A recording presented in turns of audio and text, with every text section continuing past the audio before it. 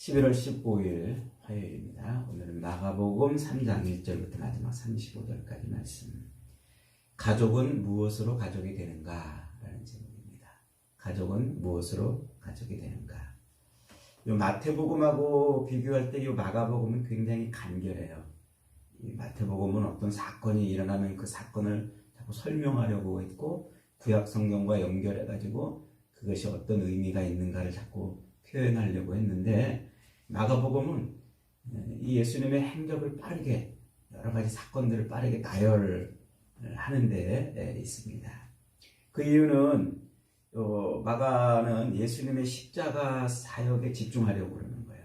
그래서 예수님의 초기 사역, 약 한 3년 반 동안의 사역에 그 모든 사역이 예수님의 이 십자가에 맞춰져서 빠르게 진행되도록 그렇게 본문을 기록하고 있다는 거죠. 오늘 우리가 읽은 이 3장도 마찬가지예요.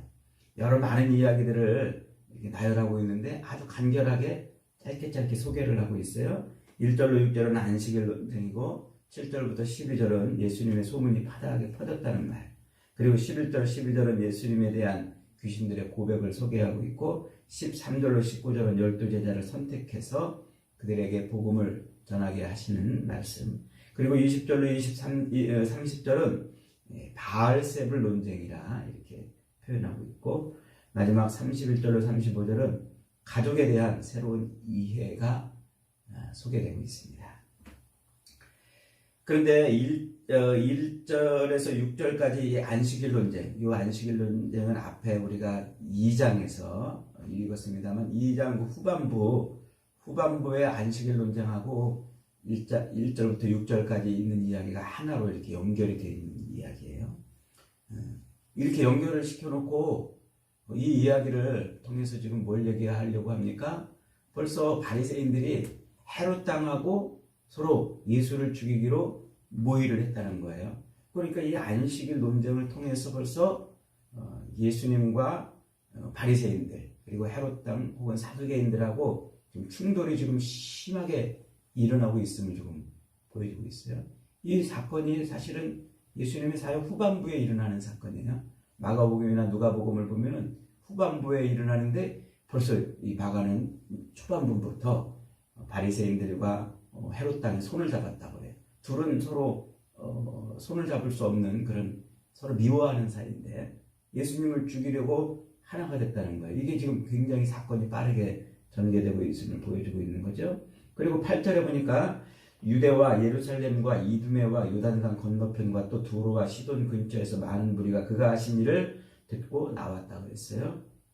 그러니까 예수님이 지금 소개된 지 얼마 되지도 않았는데 벌써 예수님의 이 사건이 이야기가 온 이스라엘에 지금 퍼졌다고 지금 말하고 있어요.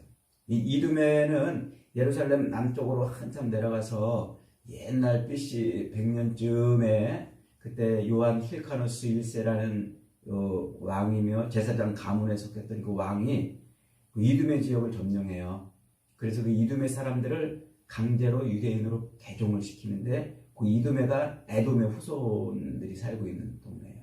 그때 그 강제로 개종한 사람 중에 한 사람이 그 헤롯 대왕입니다. 그 헤롯 대왕의 그 아버지 조상이에요. 그래서 요 헤롯이 유대인에 들어오게 되는 근거가 이제 이렇게 되는데 어쨌든 그 이두메는 저 예루살렘 밑에 이스라엘의 맨 남쪽 땅이에요.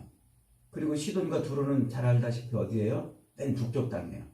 그리고 요단강 건너편이라는 표현은 요단강 동편 땅을 말해요.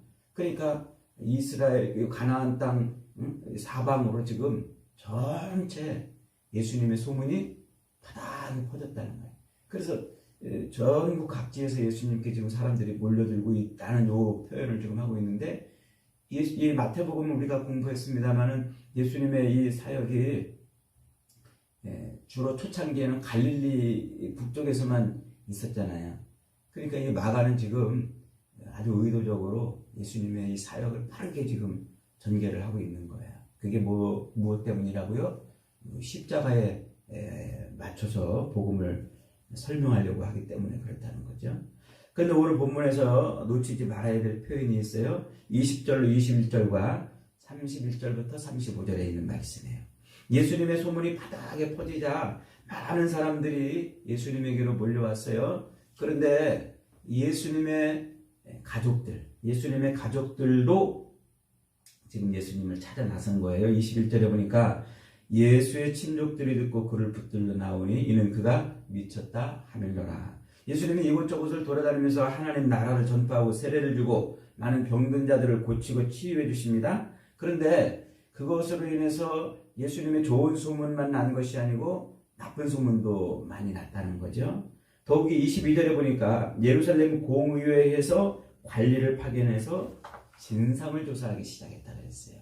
서기관들은 예루살렘 공의회, 이 공의회를 장악하고 있는 사람들이라고 그랬죠.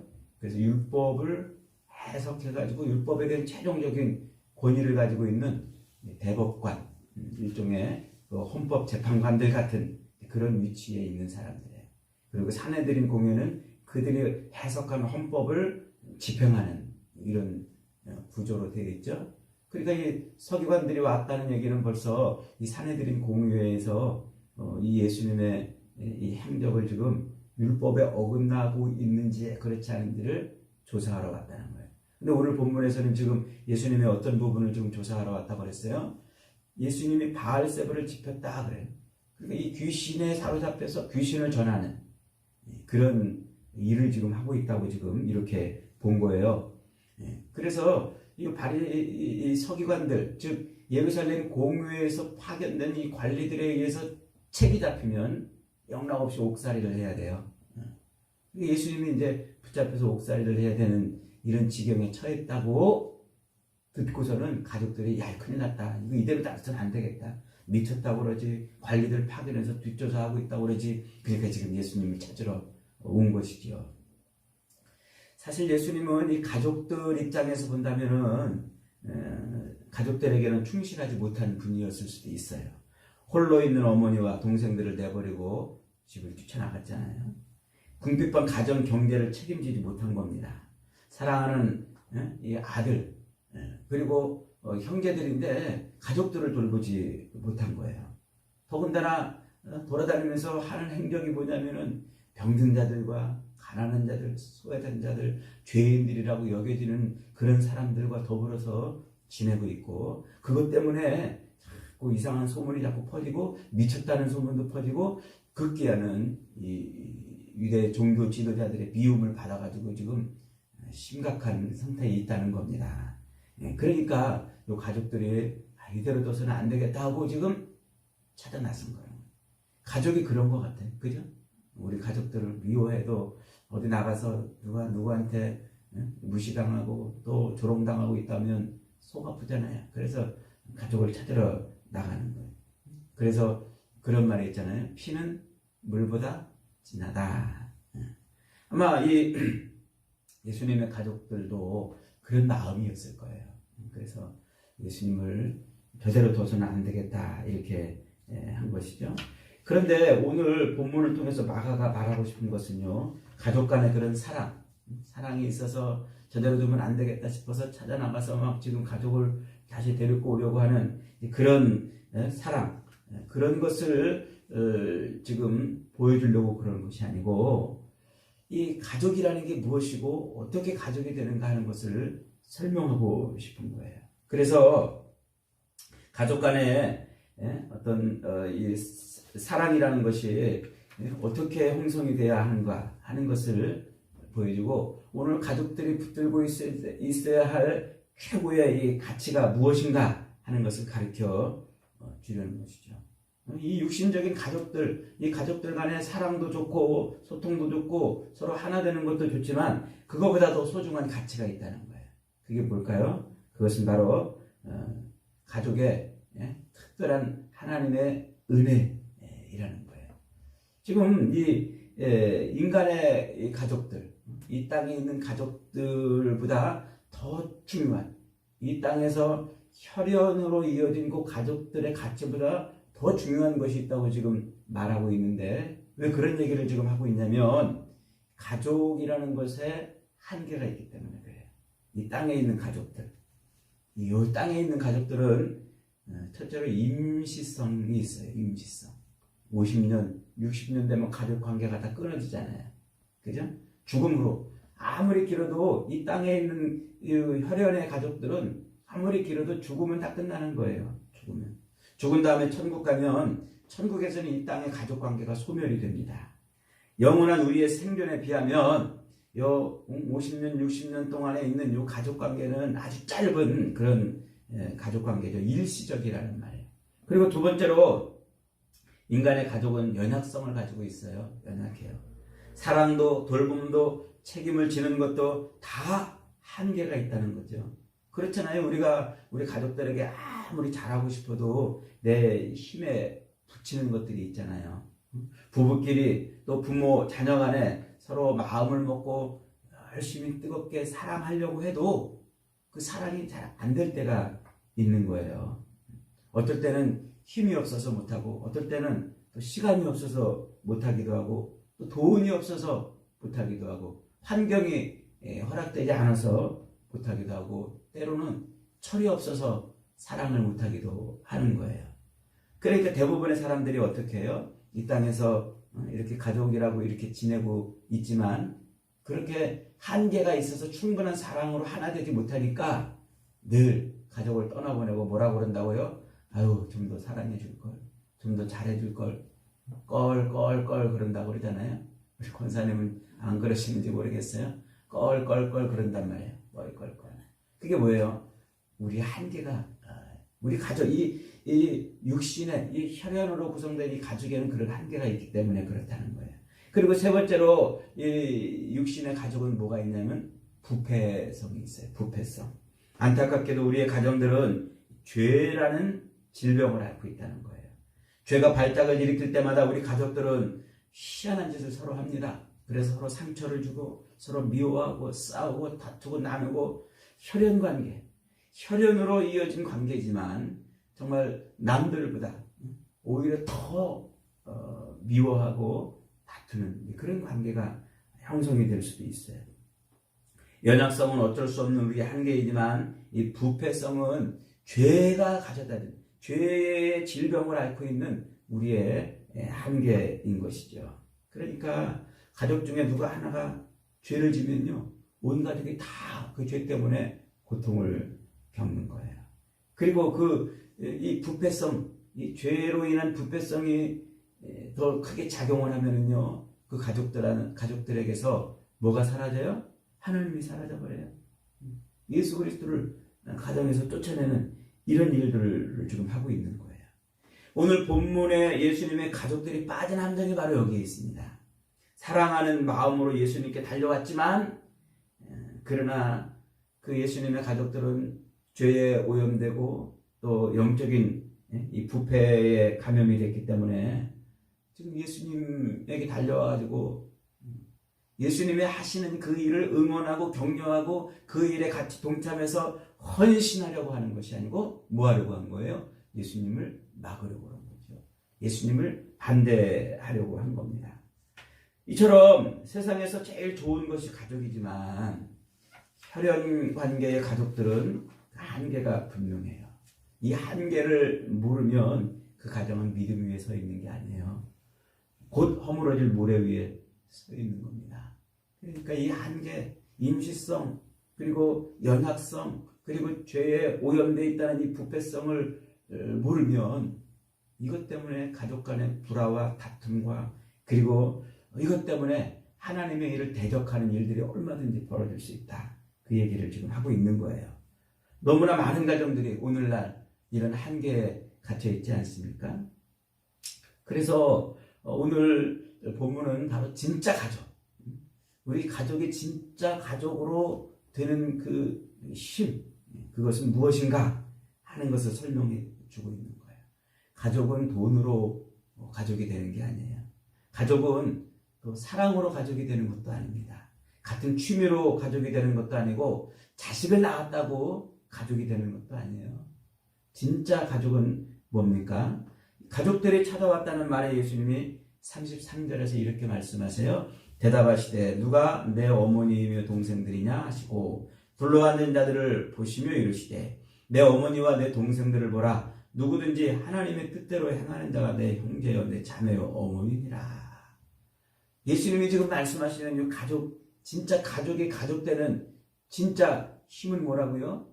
누구든지 하나님의 뜻대로 행하는 자라야 내 어머니요 형제요 가족이라는 거예요.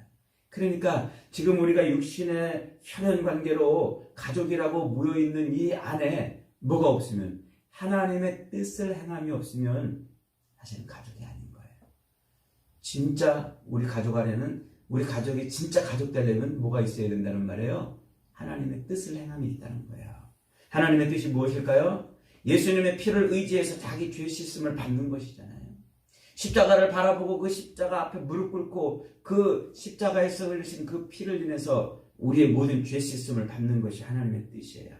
예수님의 그 십자가 공로를 의지해서 하나님과 화목을 이루는 것입니다. 예수님의 은혜 안에서 하나님을 아바 아버지라고 부르는 것입니다. 예수님의 이름으로 아버지께 기도해서 무엇인지 받아 누리는 것이고, 예수님의 사람이 되어서 함께 교회를 이루고 성장하는 것입니다. 그리고 예수님이 가르쳐 주신 모든 이 말씀, 성경 말씀을 자기 삶의 헌법처럼 알고서 언제든지 그 법을 따라 순종하며 사는 것입니다. 그게 지금 말씀하고 있는 하나님의 뜻 아닙니까? 여러분, 하나님의 뜻은 희미하지 않습니다. 그리고 우리에게서 멀리 있지도 않습니다. 우리의 손끝에 있고 우리의 눈 안에 있어요. 하나님의 뜻을 행하는 자는 다 예수님의 피부치들인 거예요. 그러니까 이 땅의 혈연 관계로 자식을 낳았다고 가족이고, 또 서로 사랑한다고 가족이고, 같은 가문에 속했다고 가족이라고 하는 사람들 속에 뭐가 없으면, 이 십자가 복음, 하나님의 뜻이 없다면 그것은 가족이 아니라는 거예요. 그래서 이 혈연, 육신의 혈연으로 연결된 이 혈관 속에 무엇이 흘러야 되는 거예요? 예수님의 피가 흘러야 돼요. 저와 여러분의 그 혈관에 예수님의 피가 흐르지 않고 그 죄의 육신의 피가 흐르는 가족들은 그것은 진짜 가족이 아니라는 거예요. 그러니까 진짜 가족이 되는 것은 뭡니까? 거룩하고 영생하는 예수 그리스도의 피가 흘러야 되는 것이죠. 하나님이 약속하신 것이 바로 이 천국의 가족입니다. 이 땅에 있는 가족들은 건강한 가족이든 혹은 이상한 가정이든 다 옛 것이고 다 소멸될 것들입니다. 장차 새하늘과 새 땅이 임할 때 그것들은 안개처럼 사라질 것들이죠. 예수님은 우리 인간 가족을 초월한 새롭고 영원한 가족을 창조하기 위해서 이 땅에 임하셨어요. 그러므로 우리가 진짜 가족이 되기 위해서는 무엇으로 우리가 서로 가족이 된다고요? 그리스도 예수. 예수 그리스도의 그 죽으심과 부활로 그 피로 우리는 가족이 되는 것이다. 여러분, TV 드라마를 보면은 전부 그 드라마의 중심 주제가 뭐예요? 가족이잖아요. 가족 이야기예요. 그런데 성경도 가만히 읽어보세요. 성경의 모든 이야기가 다 사실은 가족 이야기입니다. 예수님은 옛날부터 새 가족을 모으셨어요. 그러다가 예수님을 통해서 본격적으로 만드신 가족, 그 가족이 바로 영적인 가족이에요. 그리고 신약 성경 대부분이 바로 그 영적인 가족에게 보내는 편지들 아닙니까? 그리고 마지막 천국에서의 큰 잔치는 바로 그 새 가족, 영원한 가족들의 잔치인 것입니다. 물론 천국에 간다고 지금 육신의 이 혈연 관계로 맺어진 이 가족 관계가 천국에서 다 사라지는 것은 아닐 겁니다. 그러나 어린 양의 피로 맺은 그 새 가족의 삶이 너무 좋고 너무 행복하기 때문에 이 땅에서의 인간 가족 관계는 그것은 잊어버릴 만큼 그 새 가족이 그렇게 좋고 귀하다는 것을 말하고 있는 것이죠. 여러분, 이 육신의 혈연으로 맺어진 이 가족 간 사랑도 중요합니다. 신뢰도 중요하고 화합도 중요합니다. 돈도 중요하고 건강도 중요하고 서로 소통하는 것도 중요하고 효도하는 것도 중요합니다. 그러나 무엇보다도 우리 가정에는 예수 그리스도가 중요한 거예요. 우리 가정을 예수님으로 세우라는 얘기예요. 우리 가정에 육신의 이 죄악의 피만 흐르게 하지 말고 무엇이 흐르게 하라고요? 예수 그리스도의 보혈이 흐르게 하라는 거예요. 우리 가정 중심에 예수님을 세우라는 얘기예요. 이 예수님이 우리 가정 중심에 세워져 있어야 진짜 가족, 그것이 진짜 가족이라는 거예요. 이 땅을 살면서 아들, 딸이 좋고 남편이 좋고 아내가 좋고 내 가족이 좋아, 아무리 좋다고 노래를 불러도 이 속에 뭐가 없으면, 예수님이 없으면 그것은 죄에 오염된 것들일 뿐이라는 겁니다. 성경은 아내를 사랑하라, 남편을 사랑하라, 자녀를 돌아보라, 부모에게 순종하라고 강력하게 가르치지만 분명하게 선을 긋고 있습니다. 순서를 정하라는 거죠. 마태복음 10장 37절에 보면 예수님이 이렇게 말씀하세요. 아버지나 어머니를 나보다 더 사랑하는 자는 내게 합당하지 아니하고 아들이나 딸을 나보다 더 사랑하는 자도 내게 합당하지 아니하다. 또 마태복음 19장 29절에서도 내 이름을 위하여 집이나 형제나 자매나 부모나 자식이나 전토를 벌인 자마다 여러 배를 받고 또 영생을 상속하리라. 왜 이렇게 말씀하시는 것일까요? 바로 예수님이 없는 가정은 불행한 가정이기 때문에 그렇다는 거예요. 이 땅의 가족들이 바로 이 한계를 모르기 때문에, 하나님이 우리에게 이 가족을 주신 이유를 모르기 때문에, 그래서 성경이 부담스럽고 또 신앙생활하는 것이 부담스러워. 이 가정 안에서 자꾸 예수 믿는 사람들을 핍박하고 예수를 몰아내고 하나님에게서 스스로 자꾸 멀어져 가는 거예요. 이것이 죄인 것이죠. 그 가정에 죄가 지금 뭉글뭉글 자라고 있는 겁니다. 사랑하는 여러분, 오늘 주님이 우리에게 뭐라고 말씀하시는 거예요? 가족을 진짜 가족되게 하는 것은 예수님이라는 거예요. 육신의 피, 육신의 혈연이 가족을 만드는 것이 아니라 예수 그리스도의 피가 흐르는 가정이 진짜 가정이고 그들이 진짜 가족이라는 것이죠. 사랑하는 여러분, 우리가 이 땅을 사는 동안 모든 삶은 다 십자가를 향해 가는 삶이에요. 예수님을 믿는 사람이든지 믿지 않는 사람들이든지 결국 그 십자가 앞에 가서 심판을 받게 되어 있습니다. 예수님을 모신 이 가족들은 그 십자가에서 영원한 천국의 보상을 누릴 것입니다. 오늘 저와 여러분이 여러분의 가정에 예수님이 계시기를 바랍니다. 예수님의 피를 수혈받아서 서로 육신의 혈연만이 아닌 영의 혈연으로 그렇게 진정한 가족을 이룰 수 있는 복된 은혜가 있기를 주님의 이름으로 축복합니다.